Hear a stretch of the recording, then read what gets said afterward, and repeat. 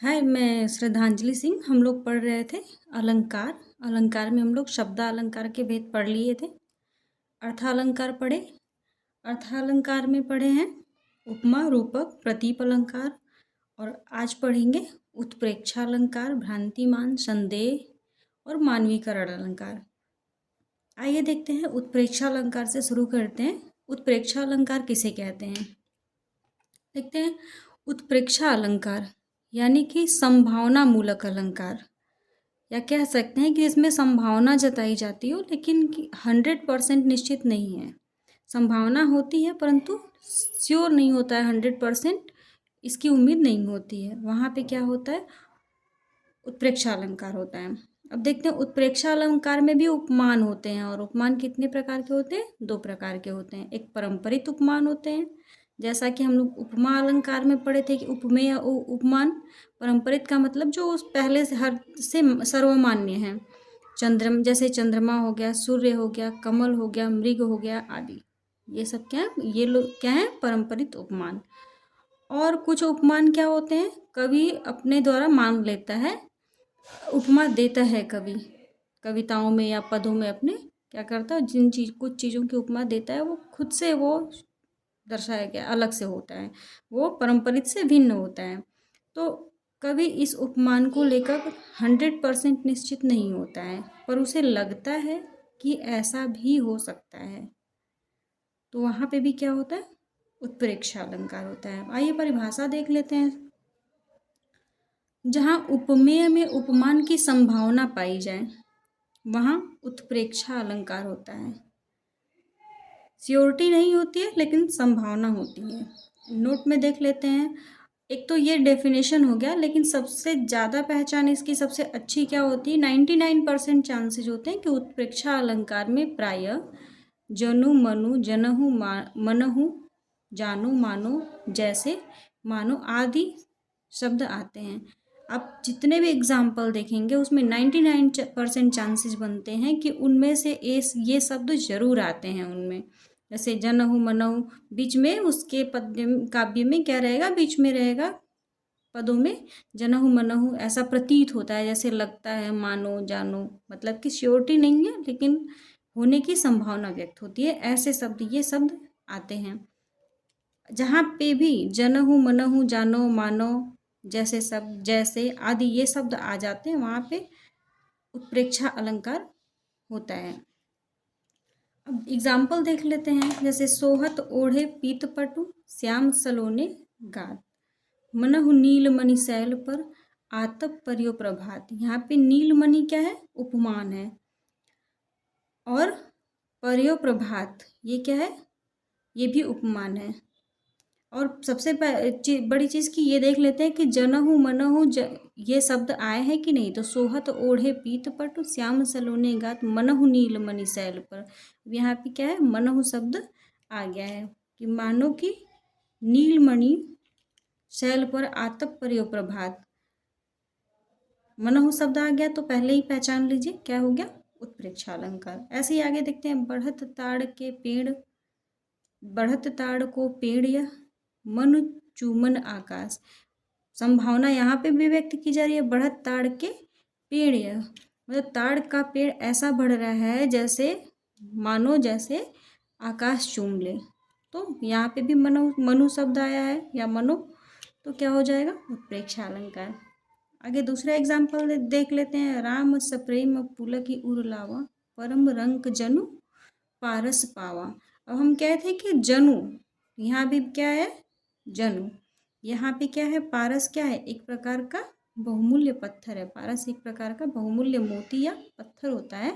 तो उसकी क्या है? संभावना व्यक्त की गई कि राम सप्रेम पुलकी उर लावा परम रंक जनु पारस पावा। ऐसा लगता है कि परम रंक मतलब बहुत ही गरीब व्यक्ति जो है, ऐसा जान पड़ता है कि वो क्या है? बहुमूल्य पत्थर पा गया हो। तो संभावना भी है।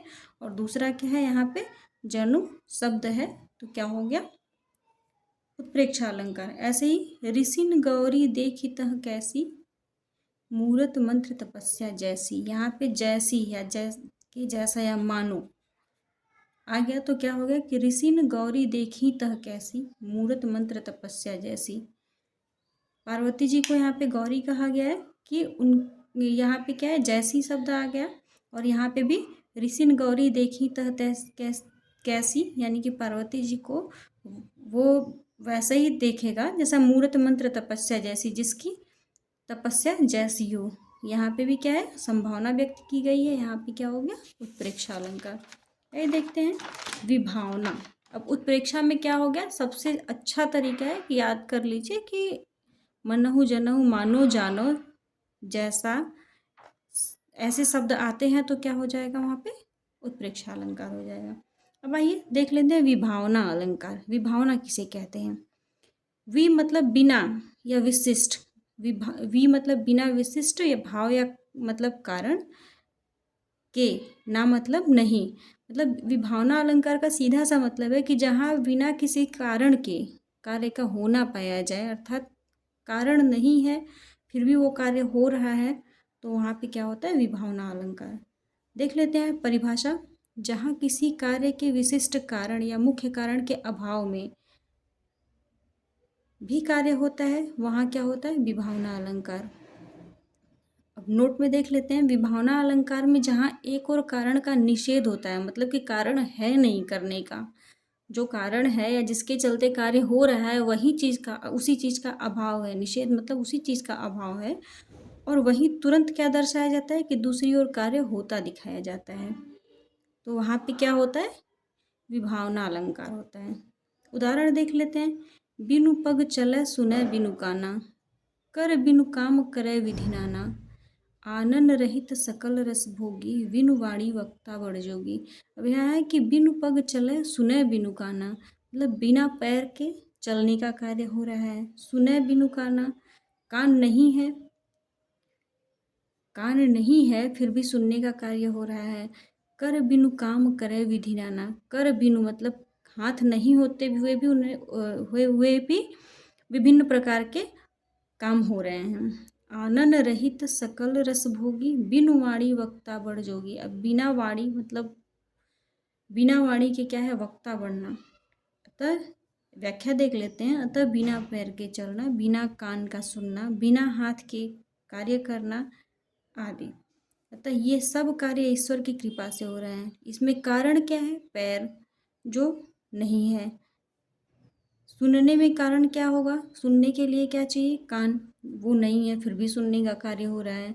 कर बिनु काम करे विधि नाना, काम करने के लिए, कर मतलब कि हाथ,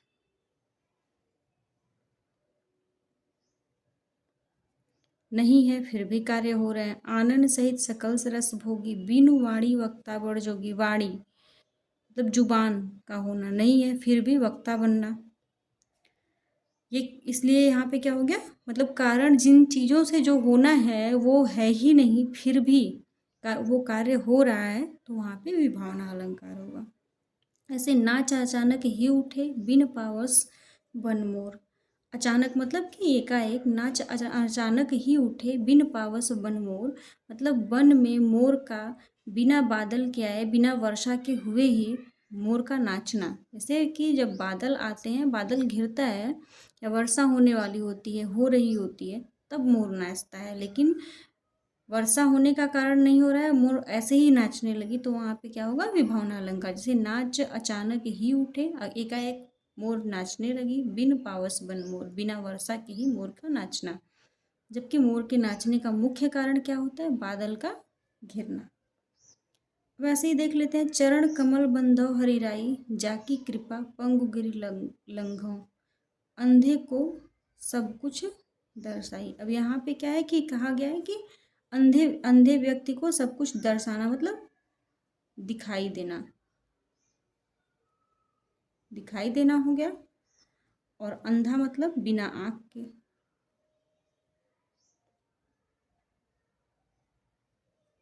देखने का कारण क्या है, आँख है, और आँख नहीं है फिर भी देखने का कार्य हो रहा है, तो इसलिए क्या हो गया यहाँ पे, विभावना अलंकार। अब ये देख लेते हैं विशेषोक्ति अलंकार। विशेषोक्ति मतलब विशेष उक्ति। विभावना अलंकार का ये क्या होता है, उल्टा होता है। यहाँ पे था कि जिन अंगों से कार्य होना है या जो कारण है कार्य करने का वही नहीं है, फिर भी कार्य हो रहा है। लेकिन विशेषोक्ति में क्या होगा, ये ठीक विभावना का उल्टा होगा।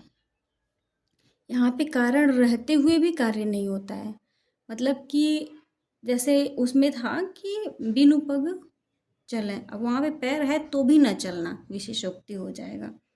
पैर होने के बावजूद भी नहीं चल पाना, कान होने के बावजूद भी नहीं सुन पाना, ये क्या हो जाएगा, विभावना का उल्टा हो जाएगा। और कौन सा अलंकार हो जाएगा, विशेषोक्ति अलंकार हो जाएगा। परिभाषा देख लेते हैं।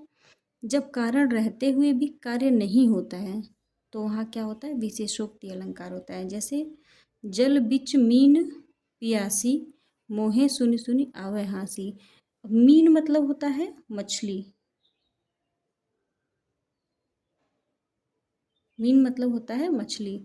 जल बीच, अब जल क्या है, कारण है।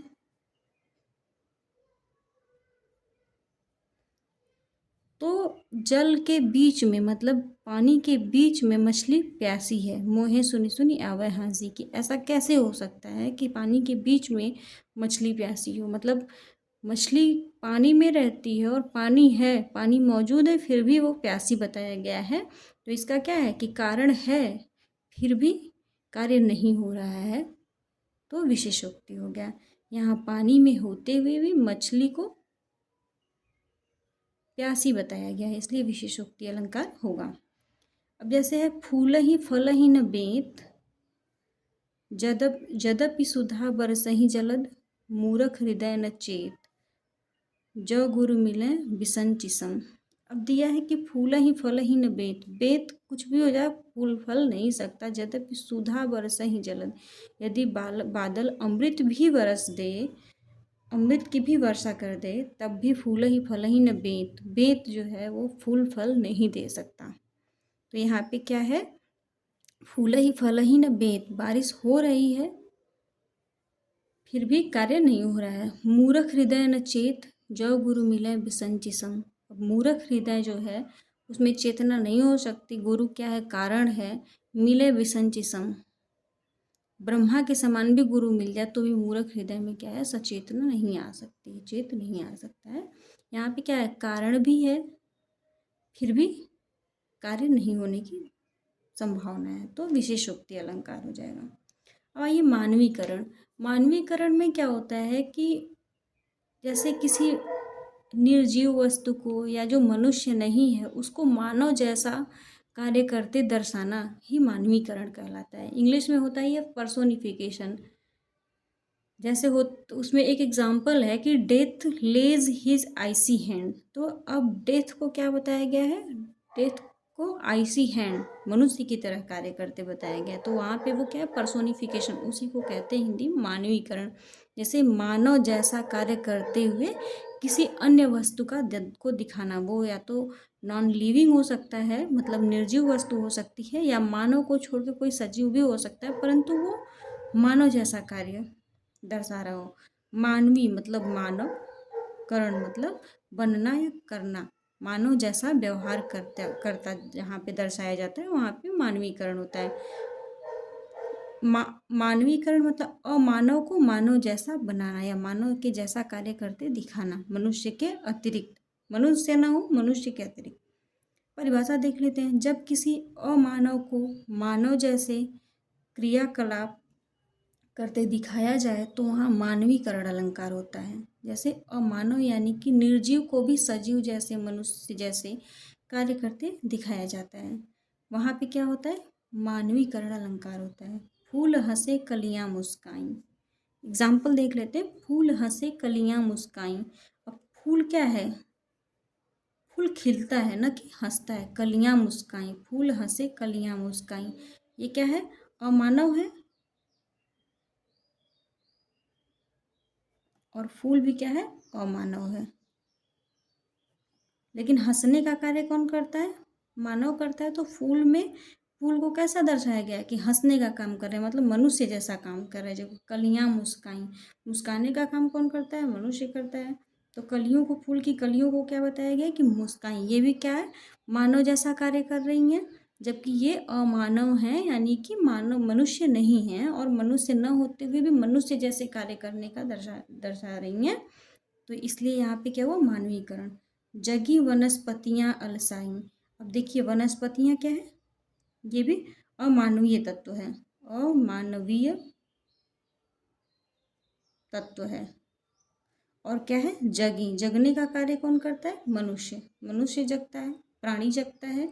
जबकि वनस्पति क्या है, मनुष्य या प्राणी नहीं है। और अलसाई, आलस जैसा व्यवहार भी कौन करता है, मनुष्य करता है। इसलिए यहाँ पे ये क्या है, मानवीकरण। मतलब मनुष्य को के अतिरिक्त ये वनस्पति जो है मनुष्य जैसा कार्य करते दर्शाई जा रही है, इसलिए यहाँ पे क्या है, मानवीकरण।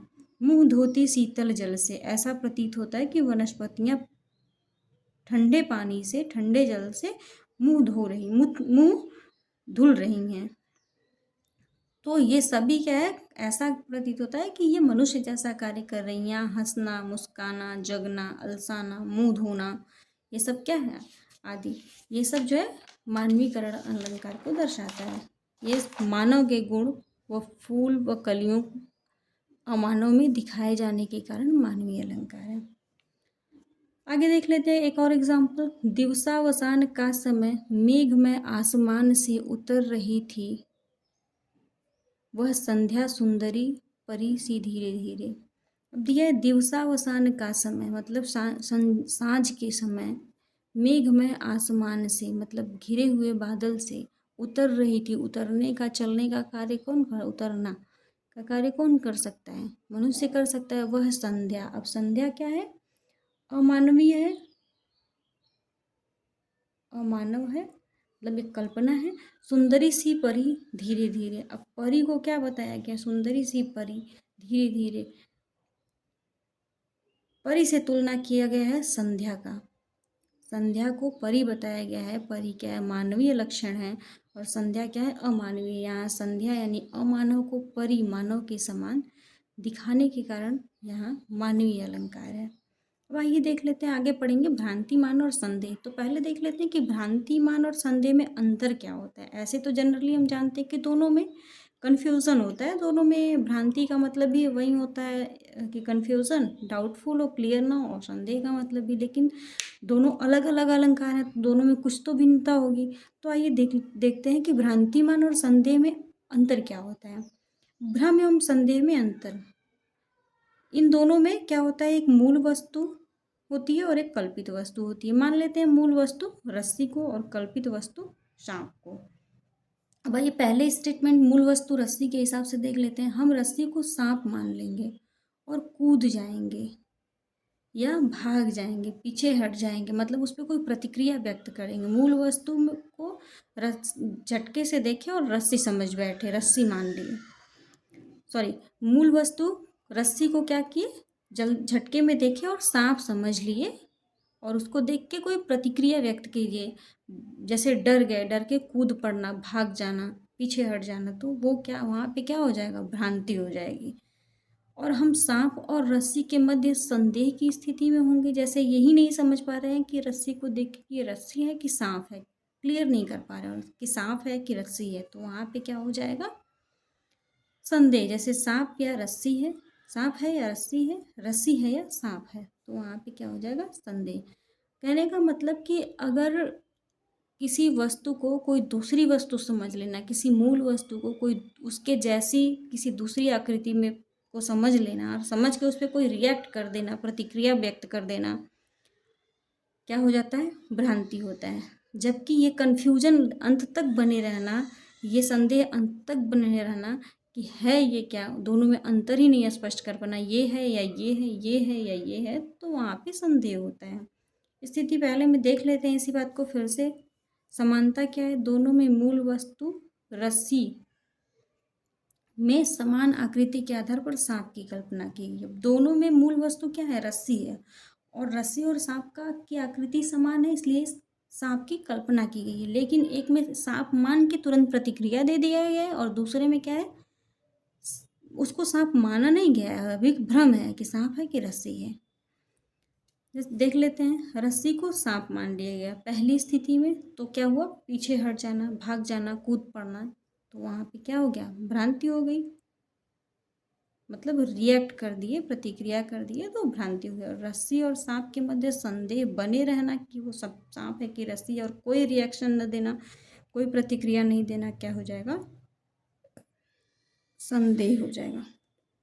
अब आइए भ्रांतिमान अलंकार देखते हैं। जब समान गुण या आकृति के आधार पर मूल वस्तु में कल्पित वस्तु को निश्चित मान लिया जाए, मतलब एकदम से लगे कि ये वही है, जिस चीज़ की कल्पना की है उसको मान ले कि ये वही है, और उसके अनुरूप कोई प्रतिक्रिया कर दी जाए। ऊपर भी हम बताए कि प्रतिक्रिया है कोई रिएक्शन करना कि अरे ये तो ये है, वहाँ भ्रांतिमान अलंकार होता है। आगे देखते हैं इसके एग्जाम्पल। मुन्ना ने मम्मी के सर पर देखी दो दो चोटी। अब यहाँ क्या है, बताया गया है कि बच्चे ने मम्मी के सर पर दो दो चोटी देखी। अब चोटी क्या है? मूल वस्तु है। माँ के बाल की चोटी को देख समझता है, देखता है, चोटी यहाँ पे मूल वस्तु है। भाग उठा भय मानी, सर पर सापी ने लोटी। अब भाग उठा भय मानी, यहाँ पे साप, सर पर सापी ने लोटी। अब वो बाल की चोटी को देख के क्या करता है? प्रतिक्रिया व्यक्त करता है। भाग उठा भय मानी, डर, भय मतलब डर कर वो उस प्रतिक्रिया व्यक्त करता है। और सर पर सांपिनी लोटी, उसे ऐसा लगता है कि सर पर, उसके मम्मी के सर पर सर्पिणी लौट रही है या तो सांप पड़ा हुआ है। सांप की क्या करता है? मूल वस्तु चोटी को सांप समझने की कल्पना कर लेता है और वो उसको मान लेता है कि वो चोटी नहीं सांप ही है, और उस सांप समझ के क्या करता है? प्रतिक्रिया व्यक्त करता है। भाग उठा भय मानी, मतलब कि चोटी को सांप समझकर प्रतिक्रिया व्यक्त कर देता है, भाग उठता है, डर के दूर खड़ा हो जाता है। वहाँ ये क्या है? प्रतिक्रिया है। और प्रतिक्रिया है तो क्या हो जाएगा? भ्रांतिमान हो जाएगा। जबकि अगर प्रतिक्रिया नहीं होती तो संदेह हो जाता है। ऐसे ही बिल विचार प्रविशन लग्यो, कीर सुंड में व्याल। दिया बिल विचारी, मतलब कल्पित वस्तु क्या है? बिल या छेद, होल। बिल विचारी प्रविशन लग्यो, घुसने लगना। प्रविशन मतलब कि घुसने लगना। घुसना क्या है? कार्य का होना है तो प्रतिक्रिया हो गया। क्या कल्पना क्या है? बिल विसरी, बिल समझ के, छेद, होल समझ के। कीर सूंड में व्याल, मतलब हाथी के सूंड को देख कर होल समझ लेना, बिल समझ लेना। मूल वस्तु क्या है? हाथी का सूंड है, और उसको बिल समझकर, छेद समझकर उसमें प्रवेश करने लगना प्रतिक्रिया हो गया। और काल्पनिक वस्तु क्या है? बिल समझना, जबकि है वो क्या? वास्तविक हाथी का सूंड। प्रतिक्रिया व्यक्त कर दिया, घुसने का कार्य करना, इसलिए क्या हो गया?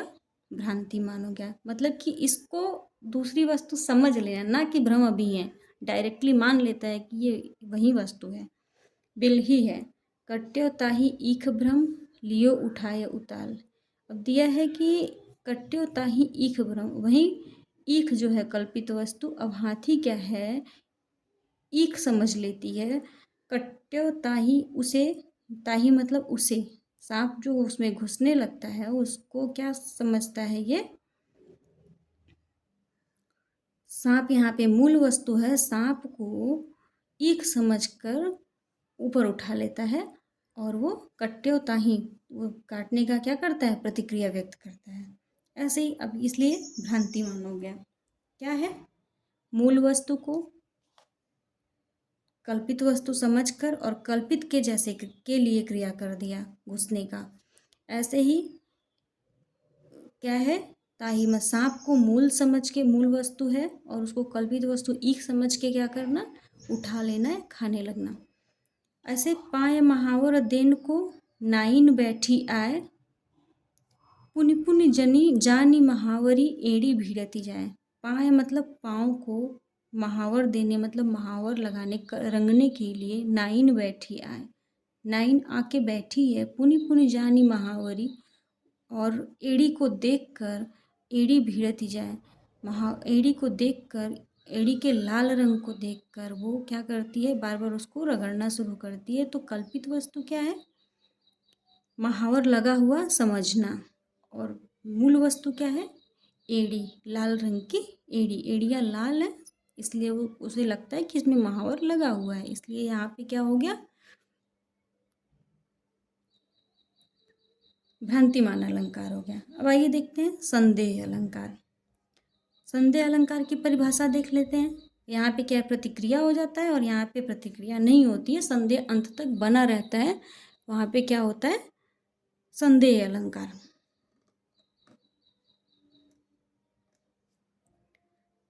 जब मूल वस्तु में समान गुण, धर्म या आकृति के आधार पर किसी दूसरी वस्तु की कल्पना की जाती है और मूल वस्तु तथा कल्पित वस्तु के मध्य संदेह बना रहता है, तो वहाँ संदेह अलंकार होता है। वहाँ पे संदेह बना नहीं रहता है, मान लेता है दूसरी वस्तु, कल्पित वस्तु को ही मान लेता है आदमी। और यहाँ पे क्या है, वो कल्पित वस्तु का की संभावना बनी रहती है हमेशा। जैसे एग्जाम्पल है, नारी है कि सारी है, कि सारी है कि नारी है, कि नारी बीच सारी है, कि सारी ही बीच नारी है, कि नारी ही की सारी है, कि सारी ही की नारी है। अर्थात ये अंत तक नहीं समझ में आता है कि साड़ी की नारी है, कि नारी की साड़ी है, कि साड़ी के बीच नारी है, कि नारी के बीच साड़ी है। ये स्पष्ट नहीं होता है, संदेह बना रहता है। तो मूल वस्तु साड़ी यानी कि साड़ी है और कल्पित वस्तु क्या है, साड़ी से बनी हुई नारी, इसलिए यहाँ संदेह बना रहता है, इसलिए ये संदेह अलंकार होगा। आगे कुछ और भी बचे हैं अभी, अतिशयोक्ति अलंकार और भी 2-3 हैं जो हम लोग अगले लेक्चर में पढ़ेंगे। धन्यवाद। अगर कंटेंट अच्छा लगे तो प्लीज़ लाइक एंड सब्सक्राइब।